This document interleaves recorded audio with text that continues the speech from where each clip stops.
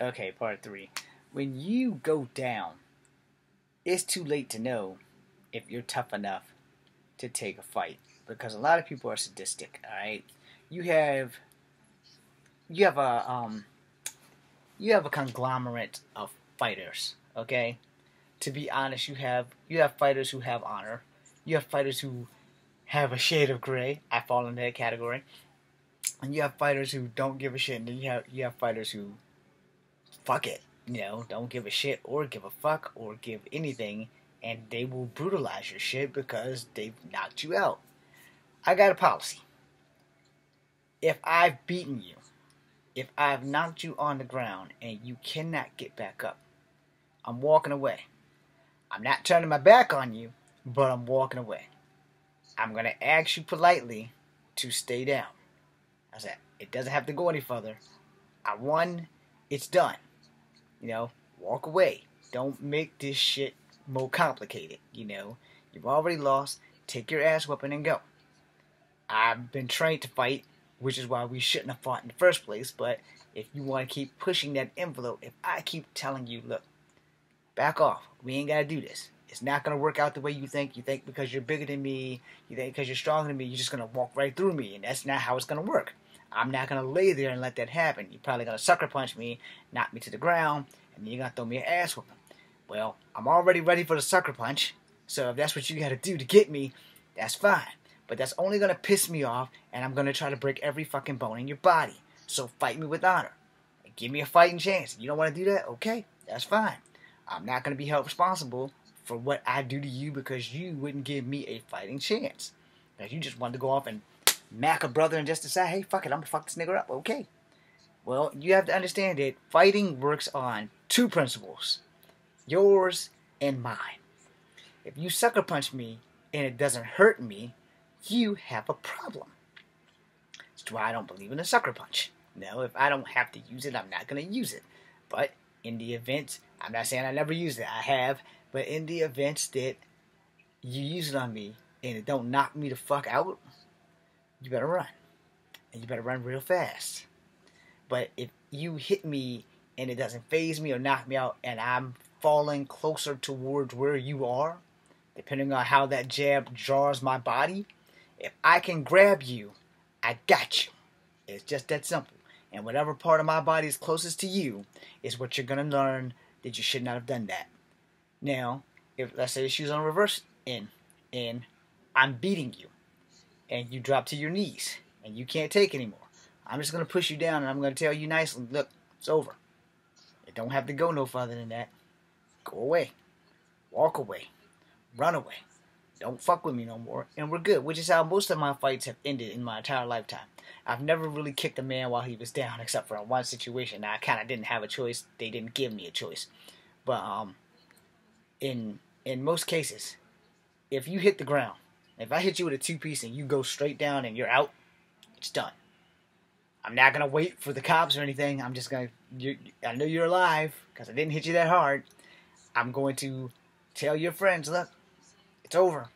Keep him the fuck away from me. Don't go getting no gun and bitching out and trying to shoot me. He started it. I finished it. It's over. Tell him I'm sorry. I'm going home. Now, if they decide to get raw hairs up their ass and decide we're not going to let you go home, we got a problem. Simple as that. We got a problem. Now I got to do to them what I did to him. And that being the case, I might have to get a little bit brutal. I might have to kick a few of them while they're down just so that they'll stay the fuck off me.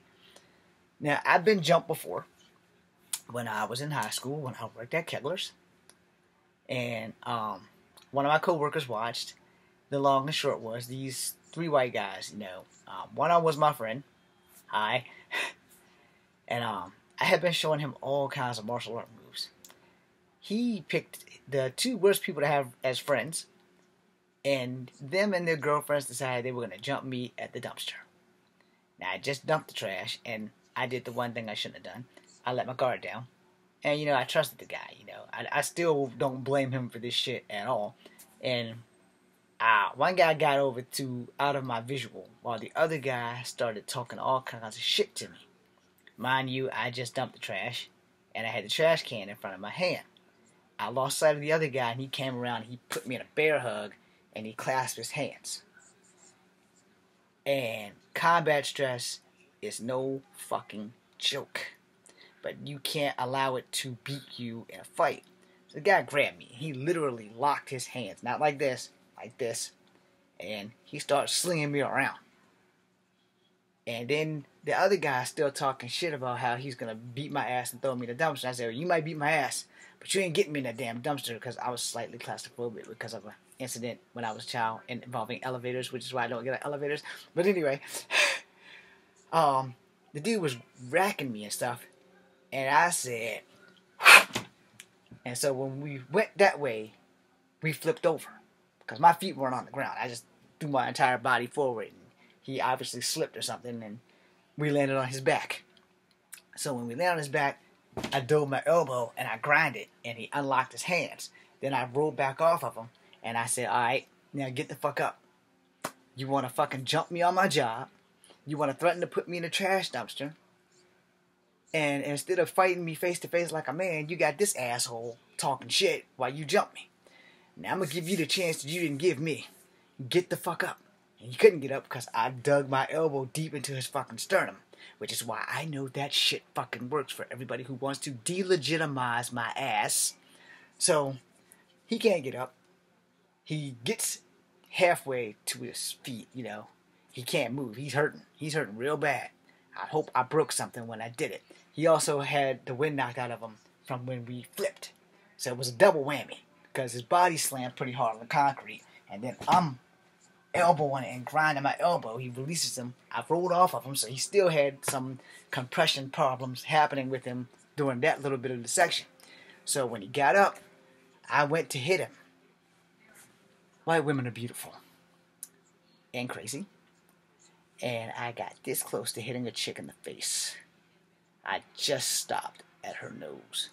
And I said, beautiful girl, I know you love him, but you need to get the fuck out the way.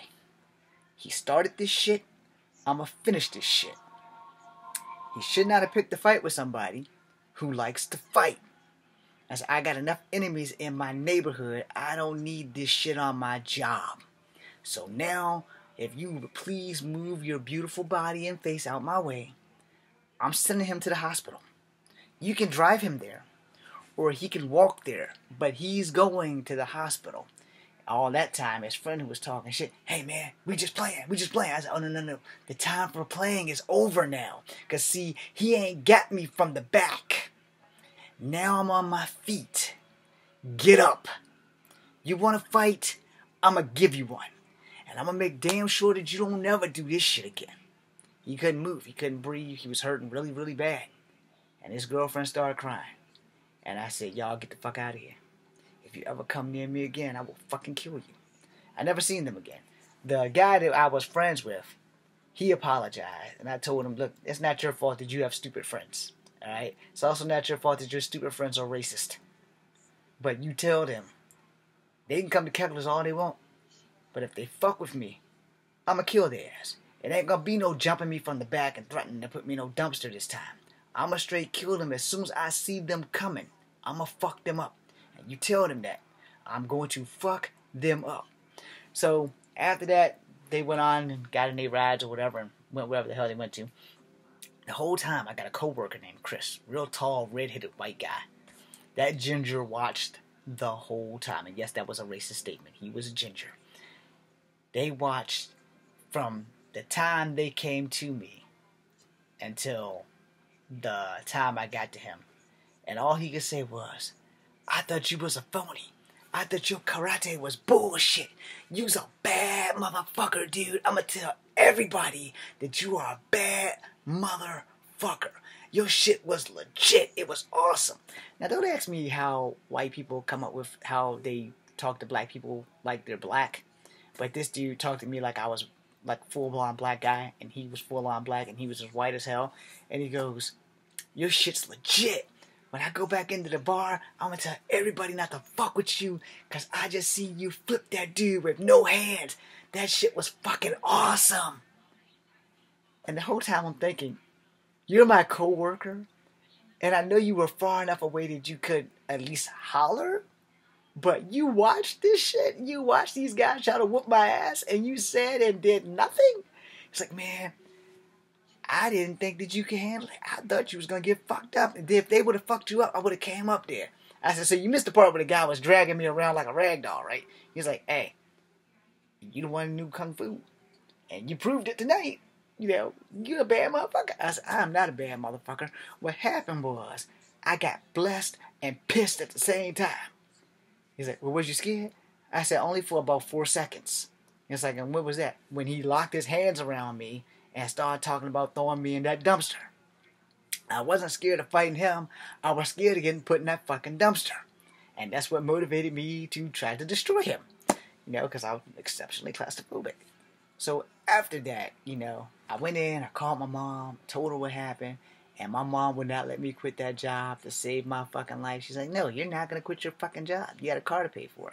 I said, maybe you don't understand the seriousness of the situation. 2 white boys just jumped me on my fucking job. No, one was a distraction. He never really put his hands on me. But the other guy, who was bigger than that guy, literally grabbed me and flung me from side to side like a rag doll until I flipped us over and we landed on top of him. And once I landed on top of him, I ground my elbow into his guts. I rolled up off of him and I gave him a chance to fight me fair. So the point of the story is, if I knock you down or out, it's done. Go away. We don't have to keep engaging. But if you want to be an idiot and pride decides to lead you to the death, then so be it. But I've never, as much ghetto fights as I watched on YouTube, I've never literally ran up to somebody and kicked them in the face while they were unconscious. Because there's no honor in that. And I try to be as honorable as possible in a fight. But, you know, honor only carries you so far. When you're on the ass side of an ass whooping, it's not the same as when you're on the giving side of an ass whooping. And I've never kicked anybody while they were down during that part of my life. Before I did kick somebody down, I did a tribute to my Mizuno golf cleats. Those was the one time that I kicked somebody while they were down. But they were hanging on to my leg, so I just did what anybody naturally would do, try to get him the fuck off me before he gets me on the ground. And so, you know, when you're learning a martial art, you need to explore your options, and you need to know what is going to work in the street and what is going to work in the dojo. And this is where things get crazy, so to speak, because the whole time y'all forgot that this subject was about Brazilian Jiu-Jitsu in the Army. I had remembered that when the sergeant kept putting the 300-pound guy on me, and I had explained to him, I was like, nah, dude, that shit does not work in real life. And then when the drill sergeant finally said that we could go, you know, because the other guys were coming in and we could go to bed, he's like, you know you're right. I said, well, I'm 37. I've been through a lot. He's like, you're 37? I was like, yes, drill sergeant. He said, damn, you're older than me. What the hell are you doing here? I said, man, a broken heart can lead you to strange places. And joined the Army. I joined for the wrong reasons, but it was the best thing I ever did. Getting out of the Army, not the best thing I ever did. And probably the worst part of my life was the aftermath, which I'm still facing now. But it was the best thing that I ever did. Even the drill sergeants in Bravo, they hated my guts, versus the drill sergeants in Delta, they liked me. You know, all 3 of those guys were awesome. Bravo's touch and go. The head drill sergeant in my platoon, he couldn't stand my ass. He watched some of my kung fu movies. He called me a bitch every fucking day just because he could. His royal sidekick, he was the shade of gray. And then there was Drill Sergeant Robbins, who was older than me because he was 42 and I was 37. And we had mad respect for each other. And then all of my Bravo brothers and stuff like that kept from New York who wanted to fight me. And then it was mostly just talk. And then the other guys that just kept me from doing something stupid. And then when I got to Delta, man, I had nothing but brothers in there. Nothing. Done. Hope you're doing well, brother. Everyone else, I can't remember all your names, but I hope you're all doing well. And, you know, when you join the military, there is a camaraderie when you are in boot camp that never dies. And that's why once a soldier, always a soldier. And no matter what the soldier does, you are to respect all branches of soldiership. You know, I did join the American Legion today. I'm probably only going to be a part-timer. So next Wednesday, if I remember we have this meeting, I'm going to tell them that. So if they vote me in, that's fine. If they don't vote me in, that's fine. You know, it's either way. I'm a busy man right now anyway, so it doesn't really matter. So I can't guarantee them that I'm going to make it to every assembly. I can guarantee that I will do my best to pay the dues, but that's it. You know, I mean, scratch your back as best I can. But when you're learning a martial art, you need to know more than one. You also need to know, is this possible? Is it suitable? Will it work in the street? Will it not work in the street? And I'm gonna tell you, how you train is how you fight. So 9 times out of 10, you're training on level B. All right, and I'm explaining that. See, level A is more padding, more force, tighter rules, and a lot of Taekwondo tournaments are controlled. All right, because Taekwondo has like flawless kicks, but they're all targeted and controlled. And in the streets, you don't have time for that. So you're training on level B when you're in the dojo. And then when you do tournaments, you train on level A.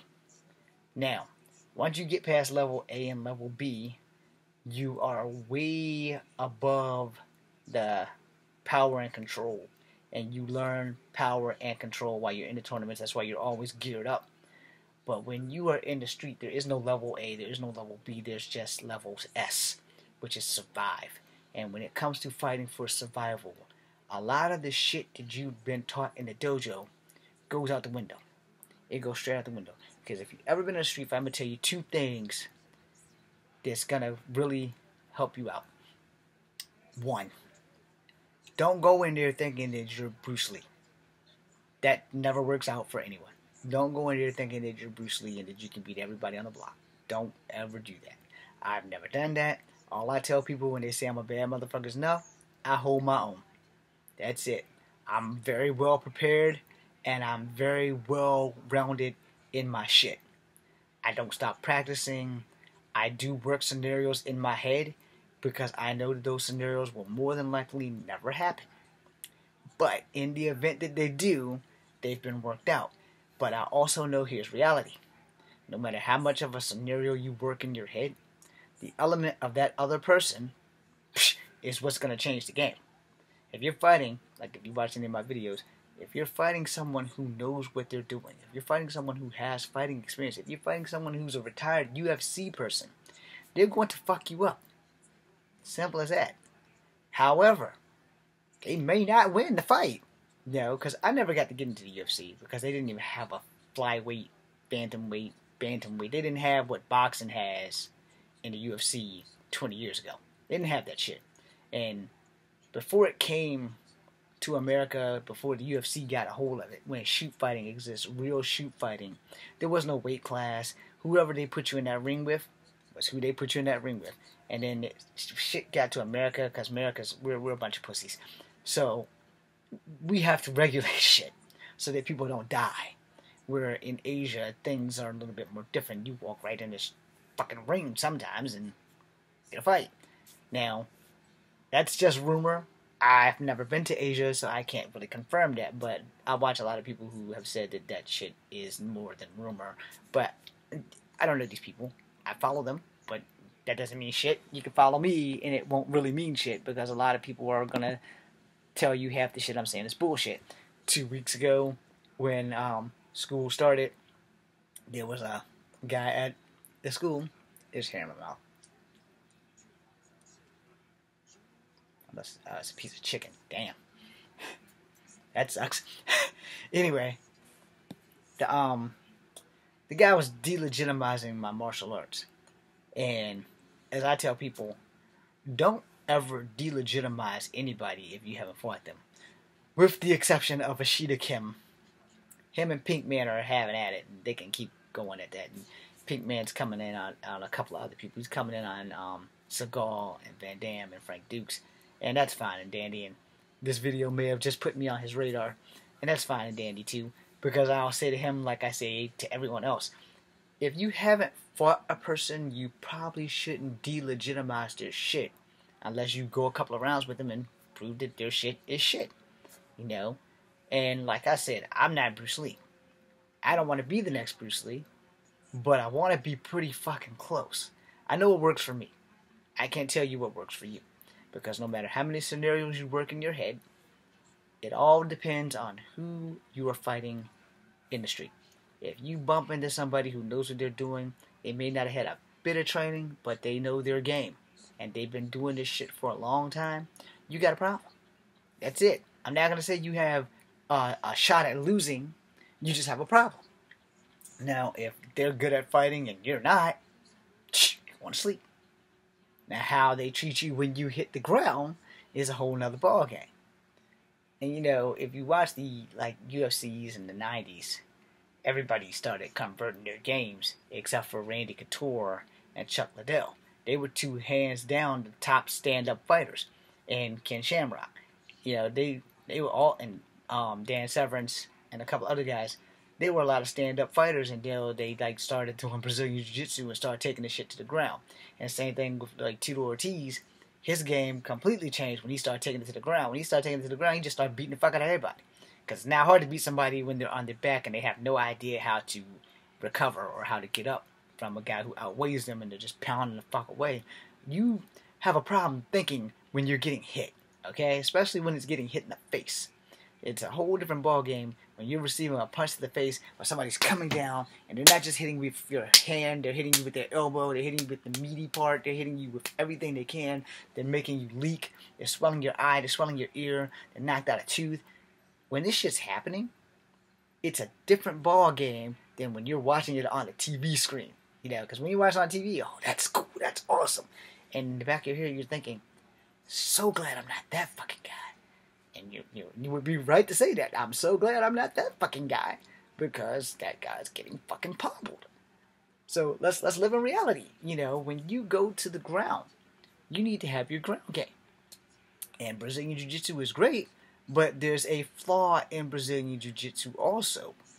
To use it, you have to get a person on the ground.